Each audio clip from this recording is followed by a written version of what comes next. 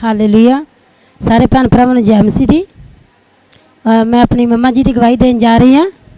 मेरी मम्मा जी की बहुत वड्डी गवाही है। और मेरी मम्मा जी नूं बहुत ज़्यादा ब्लीड पैंदी सीगी।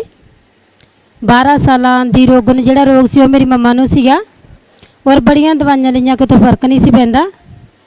और 2019 दे विच मेरी मम्मा जी उस ही साल रब दे घर दे विच आए। 2019 दे विच उहदा 10वां महीना 1 तरीक की वड्डी मीटिंग सी। पास्टर जी घोषणावां करते पे सीगे, बीमारियां डांटते पे सीगे।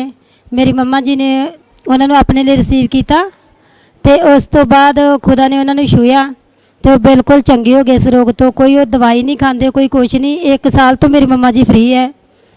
और मैं परमेश्वर का धन्नवाद करदी इस गवाही दे लई और खुदा दे दास दा। हालेलुया। इस सिस्टर दस रहे ने कि 5 साल हो गए सी इन्होंने प्रभु नाल जुड़िया होया नूं। और ये दस रहा कि 3 साल तो ये सिस्टर किराए पर रह रहे सी पर ये अपना घर चाहते सी। तो दस रहा कि लगातार चर्च के नाल जुड़े रहे। और दस रहा कि लॉकडाउन के दौरान इन्होंने ऑनलाइन मीटिंग अटेंड किया। और ऑनलाइन मीटिंग के दौरान पास्टर जी ने शब्द बोले कि जेड़े किराए पर रह रहे हैं प्रभु आने वाले दिनों के उन्होंने अच्छे घर के ब्लैस करन जा रहे हैं।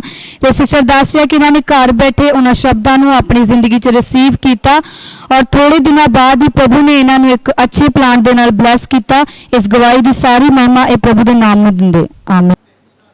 सारे भैन भरावां नूं मेरे वालों जय मसीह दी।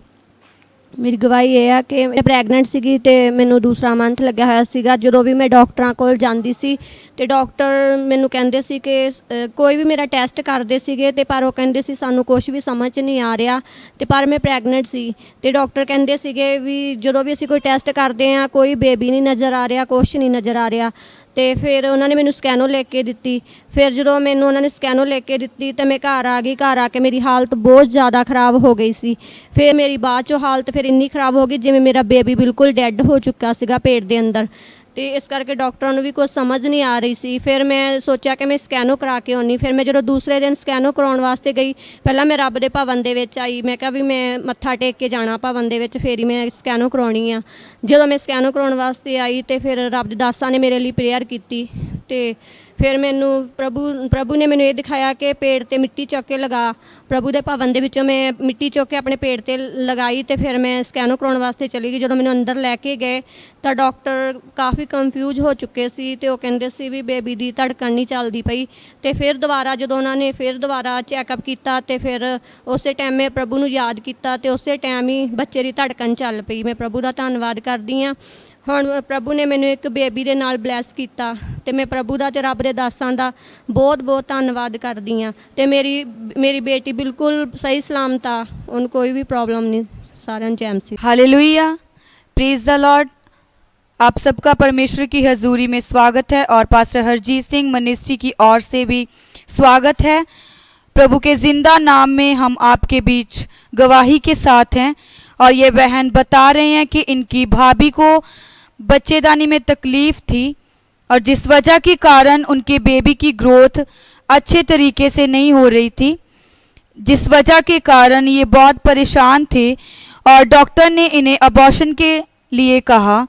लेकिन इन्होंने प्रभु पर विश्वास रखा और लगातार चर्च में बने रहे। और मीटिंग के दौरान पास्टर जी ने इनकी भाभी के लिए प्रार्थना की और ब्लेसिंग के वर्ड्स इनकी भाभी के लिए दिए। और उस दिन की प्रार्थना के बाद उनके बेबी के अंग सही ढंग से बनने लगे और प्रभु ने इनकी भाभी को बेटे की आशीष के साथ ब्लेस किया। इस गवाही की सारी महिमा ये प्रभु के नाम को देते हैं। आमीन। हालेलुया। Praise the Lord. आप सबका प्रभु यीशु मसीह की हजूरी में स्वागत है और पास्टर हरजीत सिंह मिनिस्ट्री की ओर से भी आपका स्वागत है। प्रभु यीशु मसीह के जिंदा नाम में हम आपके बीच गवाही के साथ हैं। ये बहन बता रही है कि ये कोयला, पत्थर, चाक और ऐसी चीज़ें खाते थे और एक प्रार्थना सभा के दौरान पास्टर जी ने बोला कि यहाँ एक बहन है जो पत्थर ऐसी चीज़ें खाती हैं, उसे आज प्रभु यीशु मसीह आज़ाद करने जा रहे हैं।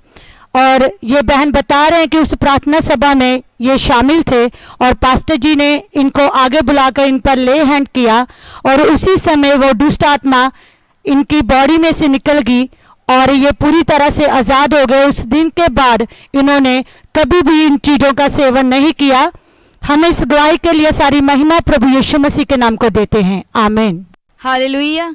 ये सिस्टर बता रहे हैं कि काफ़ी समय से इनके गले में एक बहुत बड़ी रसौली थी, जिस वजह के कारण ये बहुत तकलीफ में थे और इन्होंने काफ़ी मेडिसिन ली, पर इन्हें कोई फ़र्क महसूस नहीं हो रहा था। और इन्होंने प्रभु पर विश्वास रखा और लगातार चर्च में बने रहे, और मास प्रार्थना के बाद इनकी रसौली इनके गले को छोड़कर चली गई। इस गवाही की सारी महिमा ये प्रभु के नाम को देते हैं।